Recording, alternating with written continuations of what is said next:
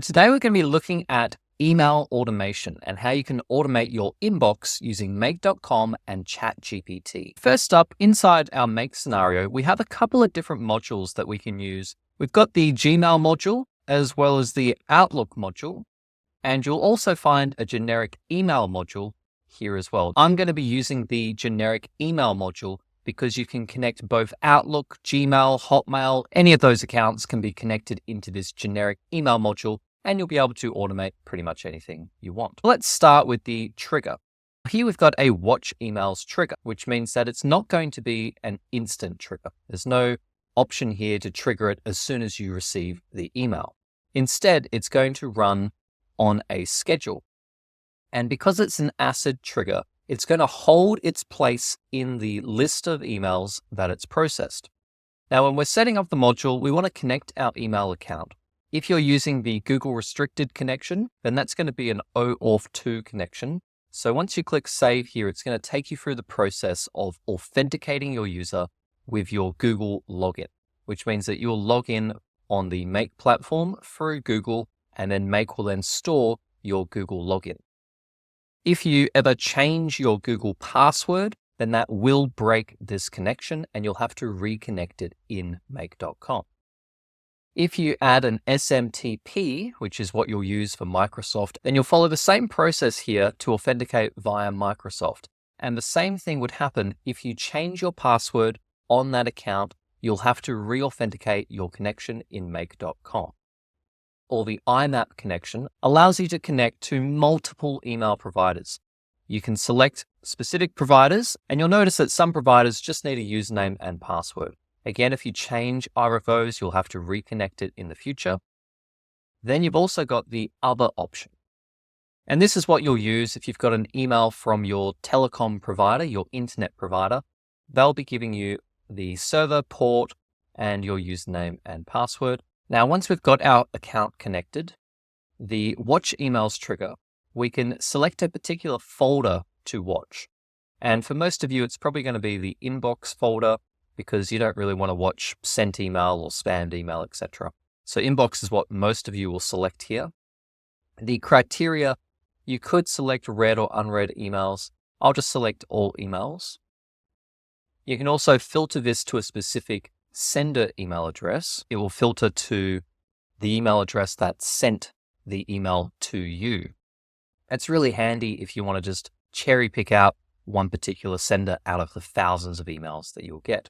You can also put in the recipient email address, so it filters to just a particular email. And if you've set up your own email on something like Google or Microsoft, then you can set up what's called a catch-all email address. And how a catch-all email address works is that any email that is not set up as a specific inbox in your email provider just gets caught and sent to the primary inbox or your catch-all email address. And that's really great because it allows you to set up email groups so that you can quickly filter your emails in the inbox. Now, I use this all the time. So for instance, I might have a particular email address that I use for API documentation. The email address doesn't actually exist on the server, so it doesn't have an inbox to capture the email. But because I've got my catch-all email set up, those emails will get sent to my primary email address, my catch-all address. Now that makes it easy for when I filter my emails later on. I can just say, has it been sent to this email address? Well, if so, then filter it this way. And it's just a really nice way to keep your inbox nice and clean. And you can also filter by subject. And this is a case insensitive search. And it's also a keyword search. Then you've got this one here of filtering by phrase. And that's within any part of the email. So that could be in the subject or the body. Generally, I don't recommend filtering by that because it's quite an intensive filter because it has to go through everything in the email. Then we've got the option of marking messages read or not if we fetch them. I always recommend leaving that turned off unless you're going to be forwarding them to other inboxes, and then those other inboxes would then have a new email that is unread.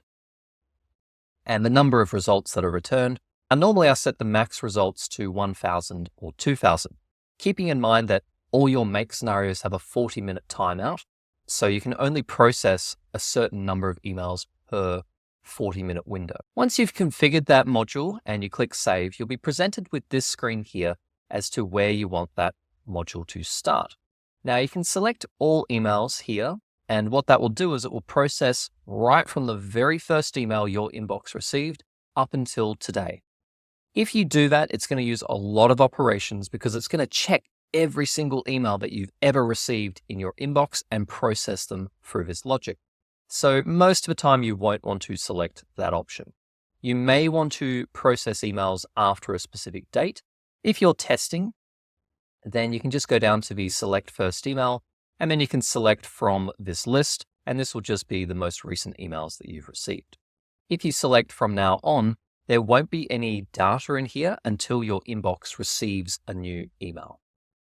Once you've selected your option, you can right-click on your module and click Run this module only, or Run the scenario once, and then that will pull in the data. An important thing to note here is once you've connected your email to make.com, anyone with your login to make.com now has access to your email account. And that is incredibly important to remember. Keeping in mind that a lot of security goes through your email account, particularly Google and Microsoft accounts. They could also change logins and passwords very easily. They could go to an account that you have, use the forget password option, then a reset password email gets sent to your email inbox, which they can now see through make.com, and then they can click that link from here and then reset the password. So be extremely careful who you share your make.com login with if you've got your email connected to make.com. So now that we've pulled in our emails, we can start processing them in the scenario.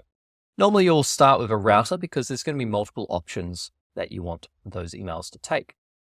You may want to forward the email, and there's no option to actually forward the email here, but instead you would want to send an email. You've got two options of sending an email: send an email and send an email to a team member. Now, the send an email to a team member is going to send an email to a member of your make.com account. So that means it's your team here in make.com. And that's great if you're wanting to send an internal email via make.com to one of those addresses, but you're going to be limited to only the ones that you've connected in your team here. Now, the benefit here of the send email to team member is that you do not need to connect an email account to use this option. Because what you're doing is you're sending an email from make.com's email account to this team member. And that's the reason why they've limited it to just the ones that you've connected, because they want to make sure that you're not going to abuse the make.com server by sending spam emails. So the main one that you'll use for sending an email is send an email. Here you've got the option of adding multiple to addresses. That's the recipients. You'll need to put in a valid email address here. You've got the subject line, which you can fill in to whatever you like. The option of the content type, we've got HTML or plain text. And if you're using HTML, you do have to use HTML tags throughout your text. Otherwise, you'll get all your text on one line with no line returns, no formatting. All of that stuff will be missing unless you add the HTML tags. If you use plain text, and I use this quite a lot for just system emails, you can put spaces in and those line spaces will hold. Under the advanced settings, you can change who your email is from and also the reply to. So you can switch out so that when they reply to the email, it would reply to a different email address to the one that it was sent from. When it comes to writing a reply or a draft to a specific email, there's a few extra steps that you need to take to make sure that that draft or that reply is attached to the original email thread, the message thread.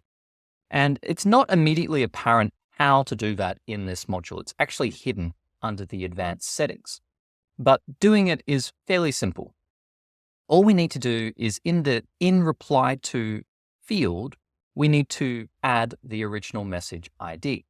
To get that, we go to our email, we look for message ID, and we map in the message ID here. And what that does is it now links this draft or this reply to that original email that we've received. If you don't do this, then it creates a brand new email or draft and it won't be linked to the previous email that you're replying to. Depending on the email provider that you're using, you may also need to put the message ID in the references here. And that's because not all email providers look at the in reply to field. So now we've got our email set up and we can send an email. If you want to forward the email, then you would use the send email action, and then you would pass in the original email content. Normally you'd pass that in as HTML, so you keep the same structure and the style of the email. You would map in the HTML content from here. You could also append it with your own HTML, and it wouldn't show that it's forwarded in the traditional sense because you're only forwarding the body of the email. So if you wanted to send additional data, that's when you would use your advanced settings. For instance, you'd want to change the reply to so that when they reply to the forwarded email, they reply to the original sender and not the intermediary inbox. And a few other things like adding headers and references. When it comes to working with attachments, we've got the option here of iterating attachments. And you can see here that it's an array of attachments. Now, we need to iterate these attachments, and we don't have to use the iterate attachments module. We could just use the normal iteration module and do the same mapping here where we just select the attachments, and then that will pull in the data. And you'll see here that we get the data for our attachment, file size, content, data, etc. And we can access the file. If we look on this particular one, we get the exact same data structure. So you can use either of those and you'll get the same output. Now here we've got the actual file data. We don't have a URL, so it's already downloaded when we iterate it here. And that means that if we go to upload it to something like Google Drive, then all we need to do is just map the output of our iteration into our Google Drive and then add the folders. If you want to change the file name, then you change that from the automatic mapping to the manual mapping. And here you can just remove the file name if you want, or you can append it with some extra text. And as long as it is a valid file name, it will then map correctly. Keeping in mind that your file name needs to include the extension. So if you wanted to change the entire file name, then you would want to use regex to extract the file type from the file name. And you would just put in the original file name here in the text. And then you'd use your pattern here, and then you can then append that to your file name here, and then put in a brand new file name. A few other things that we can do with our emails. We can delete the email. We can mark it as read and mark it as unread. And we've also got the option of moving it to a different folder. Now you can set most of these type of filters up inside of Gmail or Outlook. So I don't really see a need to set them up here in the logic, but I do like using this logic for doing things like forwarding invoice emails to the invoice person, because I may want to upload the attachments to Google Drive and then forward the email to the accounts department with a link to the Google Drive with those files already uploaded. When I upload them to Google Drive, I may want to add in some more routers and upload them to specific folders. For instance, I might have a folder for my internet bills, another folder for my bank statements, and I might want to label all of those attachments in a very specific file naming structure so that when my accountant looks at those folders, everything's labeled nice and neatly. When it comes to using the Email 365, we do have a few extra options. We can forward a message instead of using the send an email with the original message body that we used for Gmail. We can also reply to a specific message, which keeps the message thread in one particular email. You've also got the option of creating a draft message, and this is particularly useful if you're testing automations. Now, when we're sending an email, we also have the option of adding attachments to it. Here, for instance, if we wanted to add an attachment, we could just add the first attachment here from our received email to our email that we're forwarding. However, that wouldn't be ideal because we're only referencing the first attachment. The better way to do that in this instance for the forwarded email is to change this to map, and then we just simply map in the attachment array into this structure here. However, if we don't have those attachments in the correct structure, then we need to create the structure. And to do that, we would use the array aggregator module, put that before our email module. And here we want to set the target structure as the attachments in our send email step. And what that does is it then looks at that particular data structure for that module, and it pulls in the fields that we need to then map into for that particular data structure. And so then here we can put in our data. We then aggregate all of those attachments into this particular structure, which we can then send into our email here. And again, we'd use the map function, and this time we would use the array. Now, if there aren't attachments, well, then the array will be empty, and so the call will still work. So now let's talk about adding in some AI logic into this scenario. Well, you might want to use AI to filter your emails. So here we've just added a ChatGPT module, and in this module, I've just written a very simple prompt here. You are an email categorizer, read the body of the email and output the best matching category. Here I've then provided my list of categories, and then I've given it the JSON structure that I want it to use in the output. Now, by constraining ChatGPT to use JSON structure, I restrict the output to something that I can then use in a filter in make.com. I then pass in the email body, and here I've just written the body just to make this example easier. You want to use the role of user here and the role of system for up here, because the system, you're telling it what type of personality to have or what its job is. And then the user is then providing the task to that particular role that you've created. The maximum tokens, I just set that to 1,000 here and kept all these other options the same. And under advanced options, I want to set the response format to JSON and then parse the JSON response so I can then use it in my scenario. So here I've passed in a operational type email, and you can see here that ChatGPT reads the email and then outputs the operations as our category. We could then use that in our filter, category equal to operations, and then any email that ChatGPT determines as an operation email, we could then filter to this particular route and then send or forward it to our operations department. You can see here that the usage, it's only using 169 tokens. And if we look up the usage for ChatGPT Mini, that is going to be very, very cheap. So looking at their pricing for 4.0 Mini, it's an incredibly cheap model and it is sufficient for what we're trying to do. We only use 170 tokens, and the usage cost for that, most of our tokens were input tokens, and you can see the output is just simply category sales. The input is the heavy part, and the input is 1/4 the price of the output. The rough cost of this for filtering one email is, I'm not even going to try and say this because it's so small, that there is what the rough cost is for filtering one email, and that's in US dollars. So based on that, you could filter probably close to 10,000 emails, and it would cost you about $1 in usage. You can also use ChatGPT to draft up replies to particular emails. And this really comes in handy for when you combine the filtering to then writing the reply. I use this a lot in my inbox, and it's great because I can set the schedule to be exactly half an hour before I would normally check my emails. And all of my emails have already been drafted a reply to then just review, change a little bit, and then hit send. It's a fantastic time-saving tool. Rather than having to filter through all my own emails, I have ChatGPT do that legwork for me, and it automatically sorts all my emails into the correct folders and downloads attachments, etc.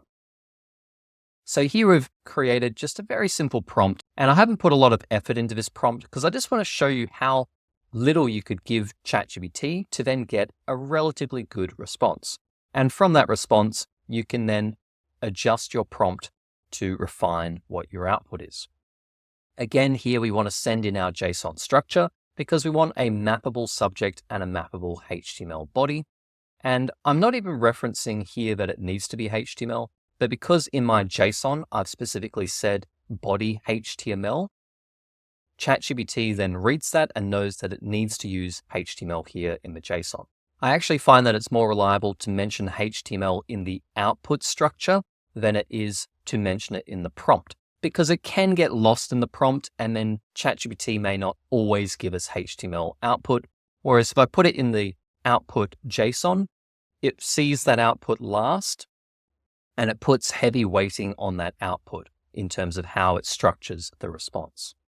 It's then given me a subject line and a body HTML, which I can then map into a create draft email module. Now, you may also want to parse the information from those attachments. And a great way to do that is to use a parsing API. DocParser is a great platform, very affordable, and it can read and extract data from PDFs, and then it outputs that data in a JSON format, which we can then map into Google Sheets or Airtable, etc. For instance, when you receive an invoice, you may want to extract out the invoice number, the invoice total, the tax amounts, etc., and then write that into your QuickBooks account. And then the bookkeeper can then just come in and compare QuickBooks to the actual invoice, and it's a 2-second check off, and then it's done. You could do a similar thing for purchase orders. Purchase orders come in, parse them with DocParser, write them into QuickBooks as well. And how DocParser works is you set up templates within the DocParser system. And to set up a template, you upload a document of that particular type, and then you add in all the mapping extractions. Then you can then select the parsing template and then apply it to that specific document when it comes in. And so you might end up with 20 or 50 different templates. And so you want to combine the DocParser with the router to make sure the right template is used for the right document.